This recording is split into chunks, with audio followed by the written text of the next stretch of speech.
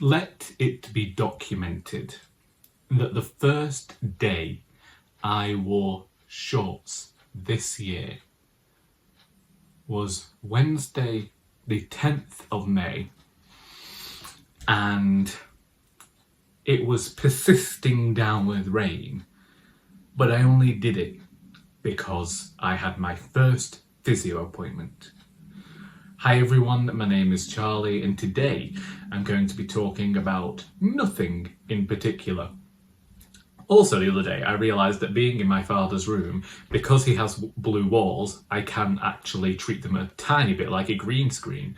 So if you see that happening at some point in this video, just know Charlie got very enthusiastic. Either way. So I know that I recorded a video that never got uploaded, which was about having been for my x-rays. I think I told you about nearly falling over at some point. Either way, I got the results back from a receptionist at first, who told me that it said that there was thinning or wearing away of the cartilage, but nothing significant to require surgery. And I thought, well, that's strange, because the doctor told me when I first got in touch with him that we would definitely be looking at some sort of surgical option, either going in there and hoovering out any loose bits or completely replacing the knee. But I understand that this was probably something where we didn't have the full information at the time, so we couldn't really, although he told me it was definitely going to require surgery, I understand that maybe he was just preparing me for that, and then it's turned out not to be as bad as we originally thought. I don't know.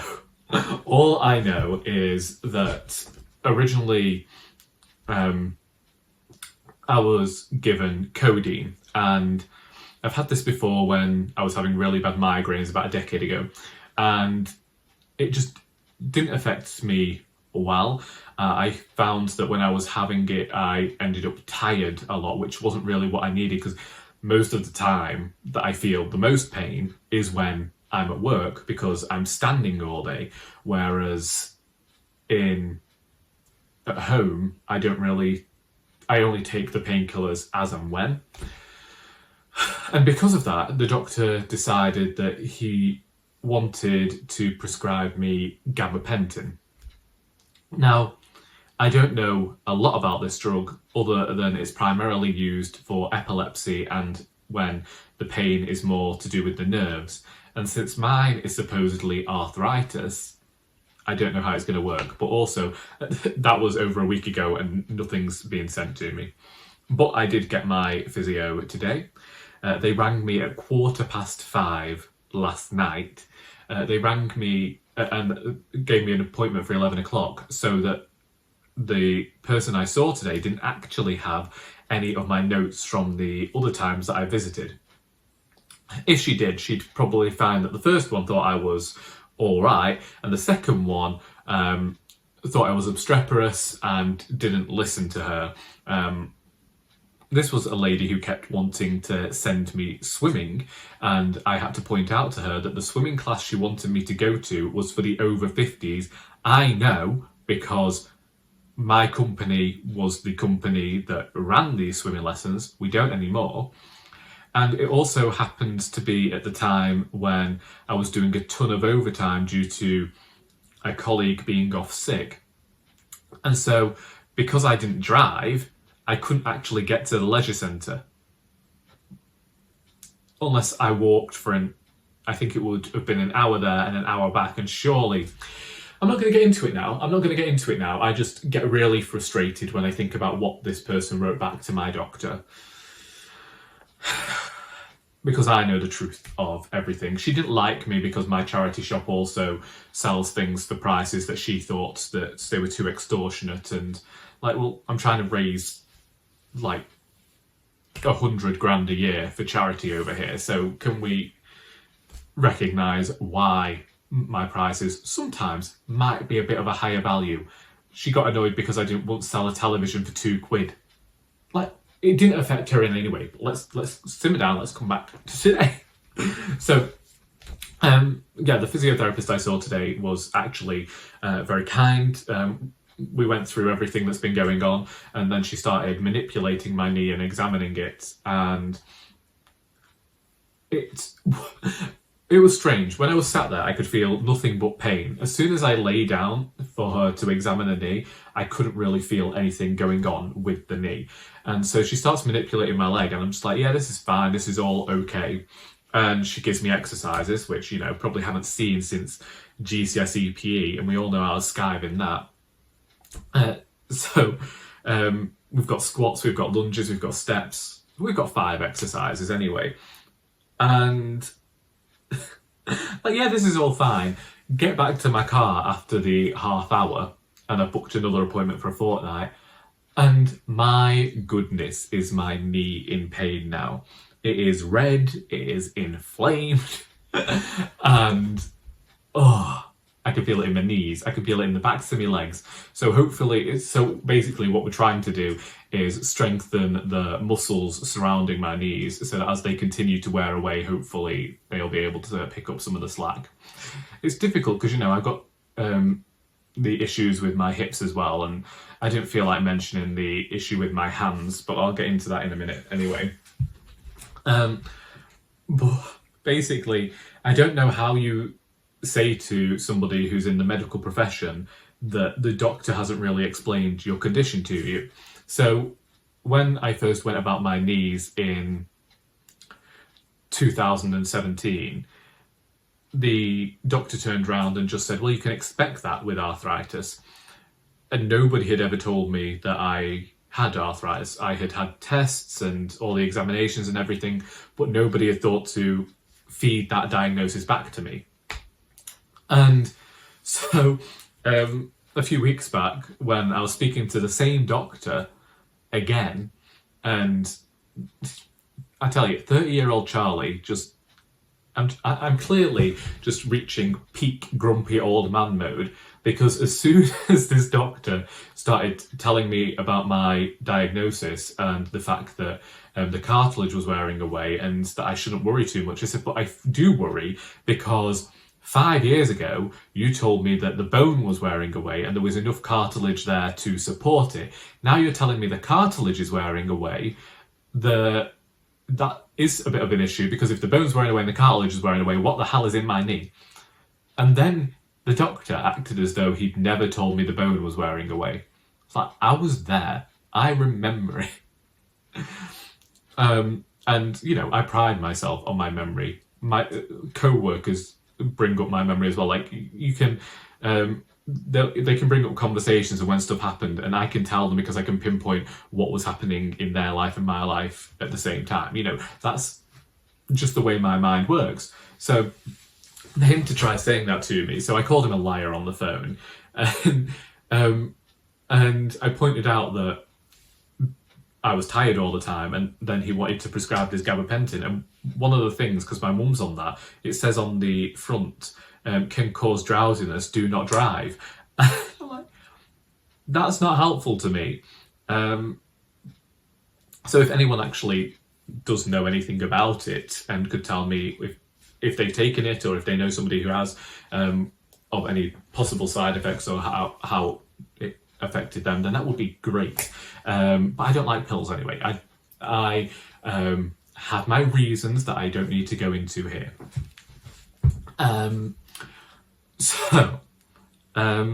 So I brought up with the doctor about my hands. So I've talked here before about wanting thicker pens. That was about 2 years ago, because my hands weren't working how they're supposed to, or how I want them to, or how I've known them to. I keep losing grip on things, or dropping a lot of things. My handwriting's changed a lot because I can no longer keep things as small and neat as I used to, which isn't a big deal to some people, but it's a big deal to me because I perfected a handwriting that when I wrote it in a notebook, I could be sure it would come up as Times New Roman size 12 on the computer. yeah, I can no longer write with my favourite pens because I need thicker pens, because for whatever reason I find it really painful to try and maintain the grip on the thinner pens, that the Bics that I've always used. Like I said, there's a lot of pain sometimes. If I've got anything, my hands will shake. I still, like, everything seems to happen on my left side first and go worse on my left side than it does on my right. So this hand gets a lot of shakes as well. And I brought this up with the doctor. I brought up the tiredness, I brought up the joint pain and everything. And the doctor gave me the same thing that he'd said 5 years ago and goes, well, you can expect that with arthritis.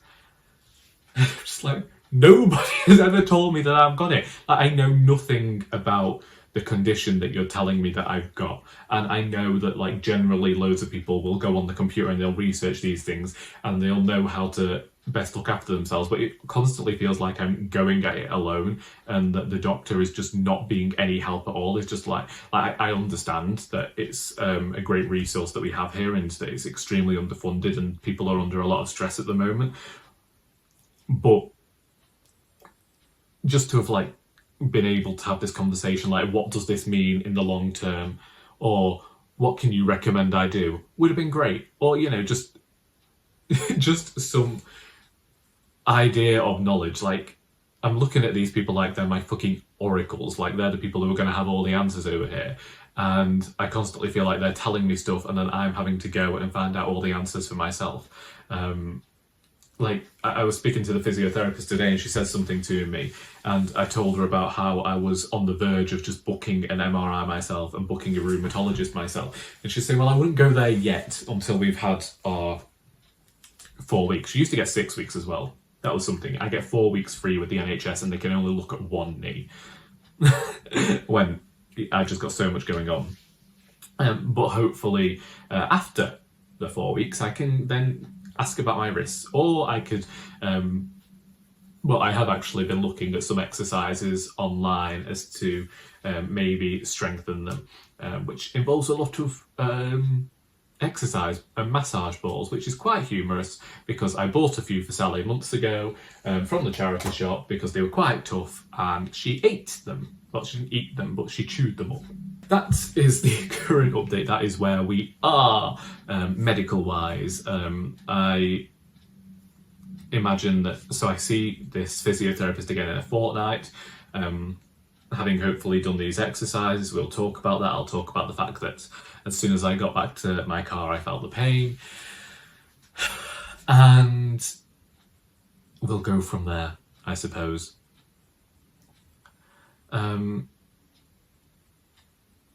Yeah,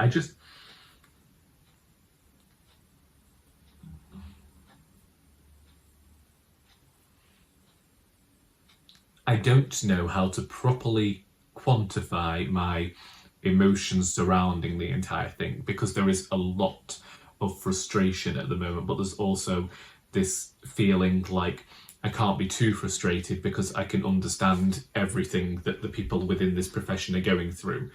And so it makes things a bit more tough. I'm also not happy about having to walk through, well, not even town. I just had to walk around in shorts, and I got these shorts from the charity shop. Mine still need washing. I mean, these technically are mine now.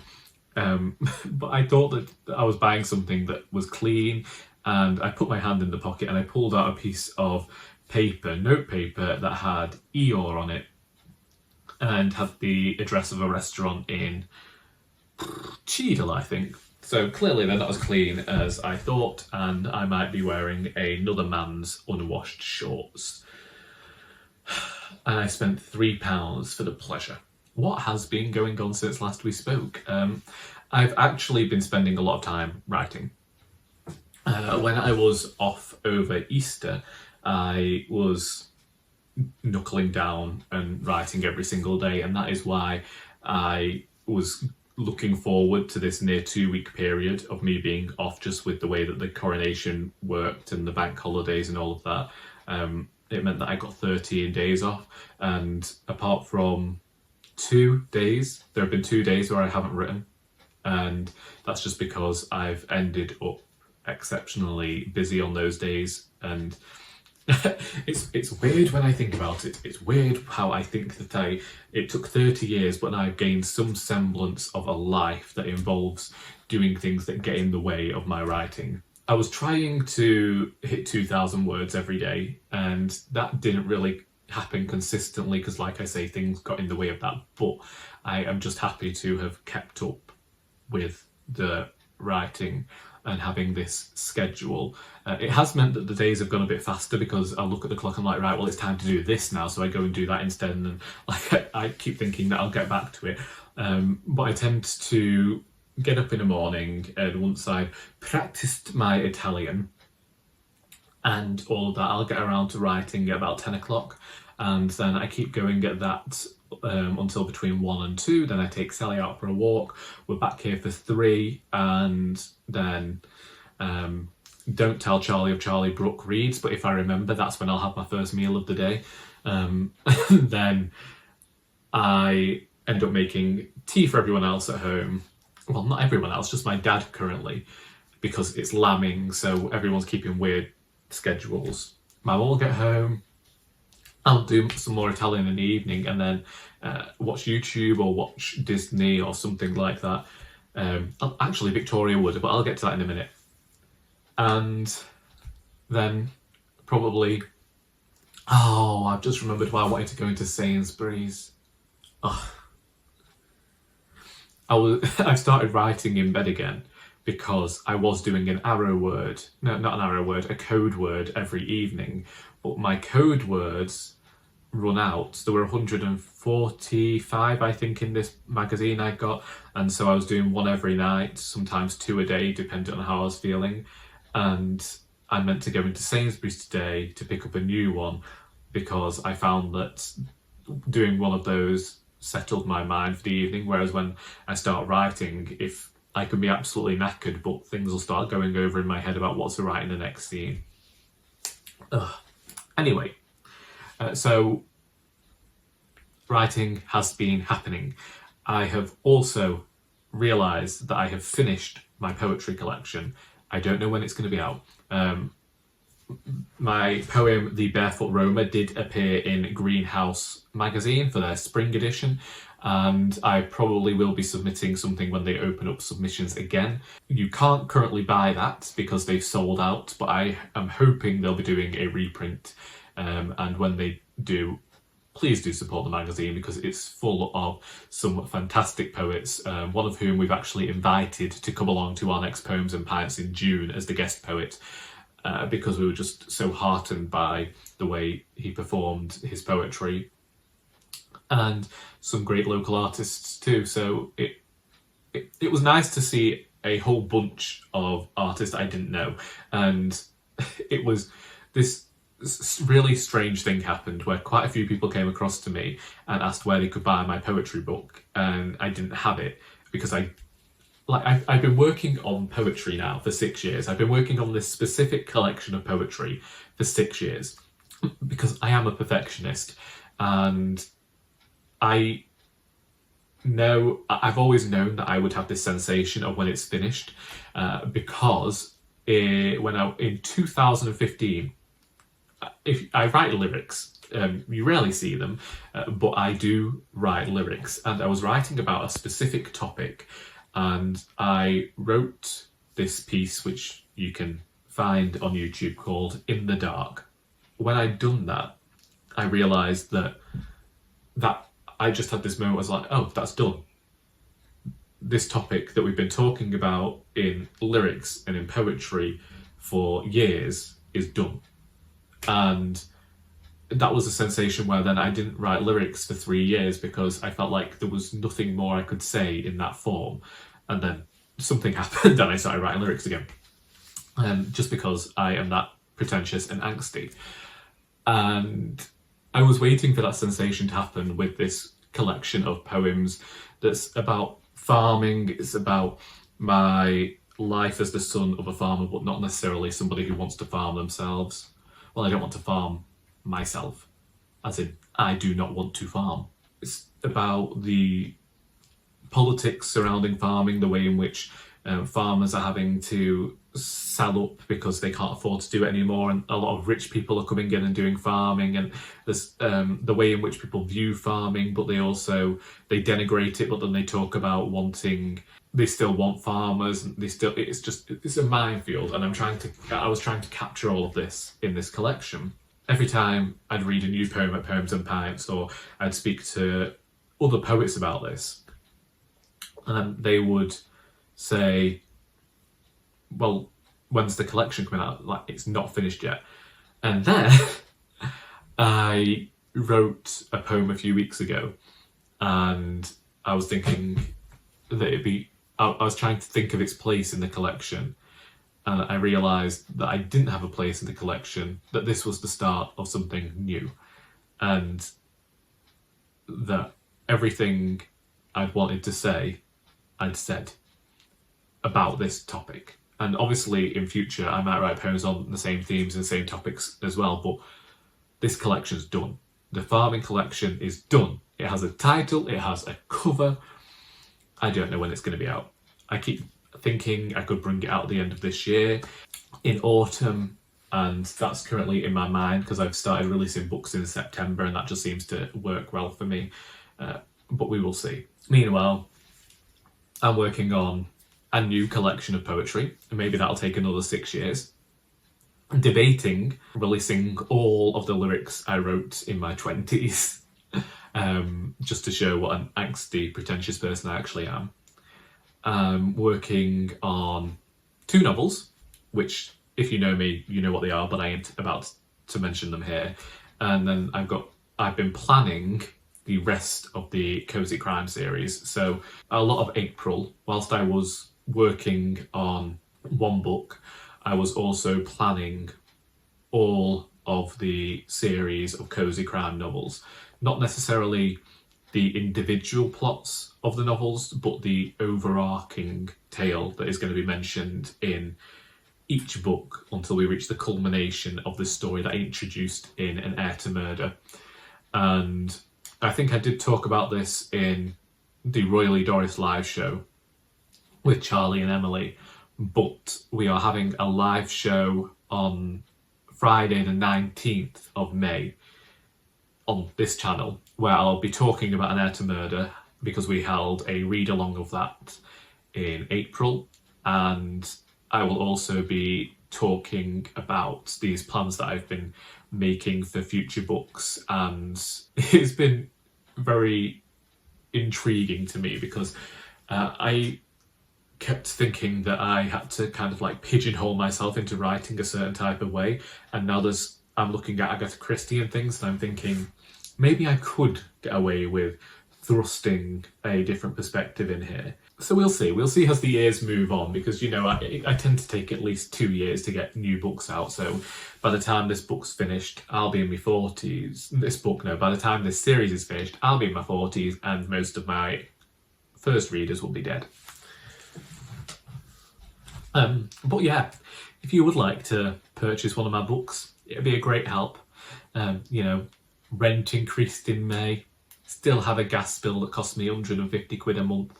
Actually, the last month cost 220 quid because the government got rid of that thing where they were helping you out.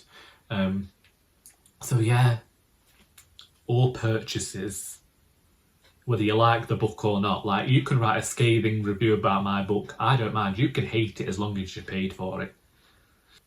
So yeah, so that was writing. Reading wise, I've actually really slowed down my reading. I recorded a wrap up for April, which will be going online. Please excuse the hair and the state of unkemptness. I recorded that last Tuesday, which was the day that I actually spoke to my GP. And I think that my frustration was there because I realised that my lackadaisical days that I've been calling lazy days all this time actually aren't lackadaisical days. They're actually the days when I have just reached a point of pain that I can't kind of get past, and so my body's just exhausted now. And so I think that that's why I also ended up a bit more angry with my doctor. But that was the day in which I recorded my wrap up, so I do apologise for the general state of Charlie in that instalment. Indeed, that's another reason that we have been a bit more sporadic this year, if we're going to be completely honest about everything. Just finding the wherewithal to record and then edit has been a bit more difficult this year than usual, but let's not dwell on those matters, although that's all I've talked about here. Reading wise, in May I've read 2 books so far. I've read Memento Mori by Muriel. Now, I'm actually saying I read this. I got this book out from the charity shop because I saw Muriel. The volunteer knew I have been reading Muriel, so left the book there for me, and I brought it home with the intention of reading it, opened up Audible and realised that I had the book there, and I've been getting rather tired at night, like you do. So I actually listened to the majority of this book as an audiobook and thoroughly enjoyed myself. Spark's writing, like, I understand why people read Muriel Spark and call this one of like the pinnacles of her work, because it's just amazing. So there's a group of older characters who keep getting phone calls where the person on the other end of the line says, "Remember, you must die." Now, really, this is kind of like this just dramatic irony. What this book is really about is the ways in which, like, these characters are in their 80s and their 90s and what have you, and they're still behaving like conniving children, and they keep trying to get one over on the other, and it's like machinations that you wouldn't expect them to have that they have, and they think they're keeping secrets, but it turns out they're not keeping secrets. There's twists, there's turns, and they're at times humorous, at times biting, and I just really like the way in which Spark examines the world and her vision of what the world is like. And then on Monday, I read the entirety of Grandmothers by Salley Vickers, and it made me want to unhaul the book. So I watched Kieran of KD Books. He did an unhaul video, and you know me, I love an unhaul. And I'd put a number into a random number generator with this idea of doing this video where I unhauled as many books as the number came up, and it came up as 35. And as I looked across at the Salley Vickers books I own, because for whatever reason I've just been accumulating them over the years, I was like, well, I don't think I'm ever going to read them. But on Monday, after I'd walked Sal, I picked up Grandmothers and just read the first page where this woman is picking out her coffin, and she's doing this alongside her grandson. It's like, oh my goodness, me and this woman share sensibilities. You know, me and death, we're like this. My views on death are perhaps a bit more positive and optimistic than other people's, and I have to remember that sometimes.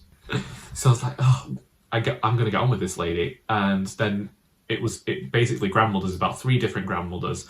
Nan, who's the lady with the coffin. Blanche, who has a bit of a drinking problem and has been forbidden from seeing her grandchildren, so starts stealing from local shops. And then Mina, who lives in like a little caravan. Sorry, the bin man's here. Doesn't have a granddaughter, but has become a surrogate grandmother to this young girl called Rose. And it shows these 3 women meeting at different points, examines that relationship, examines the relationship between grandmothers and their grandchildren. But it was all rather twee and all rather quaint, and I said in my review on Instagram that if you are a reader of The People's Friend and you want something a bit parochial maybe, or that might be the wrong word, like I say, quaint, a bit twee, then yeah, this book will be for you. It also has this moment where it just decides to go over, like at one point focuses on an art piece, and Salley Vickers goes on this fucking essay about art for about 20 pages that she does in most of her books. I say this having not read them, just knowing that Miss Garnet's Angel tells the story of a piece of art. So I read this book over 3 hours, and at the end of it was like, I'm going to unhaul this book. I'm going to unhaul the entirety of the Salley Vickers collection that I own, because I know that the library has them, and I have no want to read any of them currently, and I'm fed up of seeing them unread on my shelves. I got them because they were pristine editions from the charity shop, and they can go back and we can sell them to somebody who's actually going to read them and want them. This week I've been reading Killing Jericho by William Hussey, we follow each other on Instagram, and This is a detective novel, which I've been looking forward to ever since it was first announced. I started it and thought, oh, this is going to be a bit humorous. It reminded me of Agatha Christie in the way that Christie would sometimes liken mysteries to fairy tales or myths, like The Labours of Hercules or not Five Little Pigs, but Three Blind Mice, that sort of thing. And so in my head, I was like, oh, Agatha Christie, and also the fact that we're referring back to a former crime or a former event that happened reminded me of Five Little Pigs. My goodness, this book is grotesque, it is gruesome, it is dark. The things that have happened within the first 50 pages have left me feeling like I could tackle Stephen King's most gruesome books. This, for me, at moments, has been pure horror. You know that, like, I don't really get on with gore and that sort of thing. And blooming heck, is this book gory? But it's just written with this propulsive pace as well. So I'm like, it's almost like if you took the gory bits of Yo Nesbo, and you blended them with a British crime novel, that's what you get. Like, there's a specific, it is called as part of it that feels very British, but there's a really strong heart in it, and like I can connect with the character even though I don't know much about the situation and the lifestyle he comes from and the background that he comes from. But it's dark, and that aspect of it, nothing like Christie at all. In fact, I'd go as far as to say it's a bit like, is it Mo Hader? The other British crime writer whose works I haven't read, but I know that they're a bit grim. It's grim, it's gay, and it's horrific. But it's compelling. And I can't say that I have ever read anything like this because I don't usually read things with this much stuff going on. Like, there's some stuff happening to people in here in terms of the murders that George R.R. Martin wishes he'd put into Game of Thrones.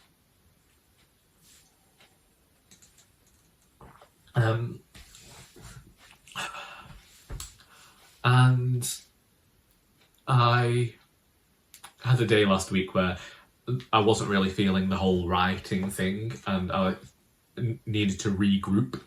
So I listened to... No, I didn't listen. I watched a Victoria Wood DVD, which is all the 30-minute plays that I read last year, which was Men Starner in Thingamy Doodah. And then I watched them. So much better seeing them brought to life. I adore Victoria Wood's work, but it's so much better getting to see the vision on the screen, and just, yeah, I was completely enthralled and just watched the 3 hours of that. And it wasn't the DVD I wanted to watch because the DVD that I wanted to watch has the films that she wrote when she first started, but it was just brilliant. And I will see if I can find any of them on YouTube, because I know that you can watch Pat and Margaret on YouTube because I did that a few years ago. But if I can find any of the plays that I watched, I will link them in the description. Otherwise, like I say, I've been off work for a fortnight, but we've been having some rather good months in terms of sales, which is good because the cost of everything else has gone up. So we kind of got to work a bit harder to raise the money for the charity, which is why I have now started a dedicated Instagram page for the charity shop. But I did it whilst I was off work, and I can't make any changes to it because I made it whilst I was off work, and they've changed the computer at work and they've changed my password, and I can't get it fixed until Friday. So I've not been able to check in or anything whilst I've been off, which is probably, I blame my manager, because my manager told me I dedicate too much time to the shop and I need to find a bit of a life. So yeah, not being able to see whether anyone's checking in. Like, people have been ringing me with problems and I'm like, well, I'm sorry, I can't do out about it. I can't access the system. Which also means that everybody's probably booked holidays, and I'm going to have to like figure all that out, because, you know, I'm only going back on Friday and I'm already thinking about when I can next get a week out. But that's just who I am. Either way, I've nearly finished my cup of tea and I think that I've gone on long enough. So if you have any questions about anything that I've talked about today, then do feel free to ask them. Similarly, if you have any comments, then, you know, share them. We like comments, we like liking, we like subscribing. If you could do any of those things, buy one of my books. My goodness, you'd be making my day if you bought a book. You really would. One day, somebody's going to get my book, a TikToker's going to get my book, they're going to denigrate it on TikTok, and suddenly we're going to sell loads. And if I do, I've already said to Charlie, I'm taking her and Emily to see a show in London. But only if I make millions. If I only make tuppence here and there, I can't even afford a coffee. That's a fib, actually, because I found out last week I got a free coffee for somewhere in town, so I'm getting that tomorrow, hopefully. Tonight I've got Poems and Pints, so I'll be there. But yeah, what are you reading? What are you writing? What are you watching? What are you listening to? Actually, the reading one's a good one, because I've yet to find a book that's, you know, properly grabbing me. Like, I know Killing Jericho's compelling and everything, but I want a book like Grandmother's, but better, that just holds my attention and that I can recommend to everybody. But yeah, I hope that you got something out of this video, even if it was just something to show to your therapist to explain everything. And until next time, that is all.